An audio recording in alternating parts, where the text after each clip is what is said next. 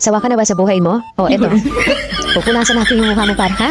Mawala ang iyong mga problema. Charing. Sige, bilinisan natin yung mukha. O, pa. Sino ka dyan? Actually, yung kinahid ko na yan ay galing yan sa TikTok. In-order ko yan siya by one take one. Wow. Tapos, nakakawala daw yan ng yung mga itim-itim sa mukha.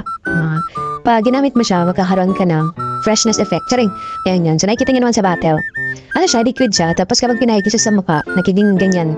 Nagkakaroon siya ng yung effect niya is parang gel siya. Tapos, pag nilagay mo siya, tapos ipupunas mo sa mukha or sa kahit sa ang balat, nagiging ganyan siya. Natang-tawa yung lalagyan ko. Oh, pap. Kasi nga, kaya ko siya nilagyan ng ganyan. Kasi nga, ang dark na ng mukha niya dahil sa trabaho niya. So, pamper time. Pak. Diba ba? Feel na feel niya, mahal na mahal ko siya dyan sa part na yan. O ba? Feel na feel niya yung inaalagaan siya. Biting-kiliti siya eh. O, nilalagyan ko ulit kasi ang kapal na ng mukha niya. Hindi ko alam. Ba't ang kapal ng mukha na ito?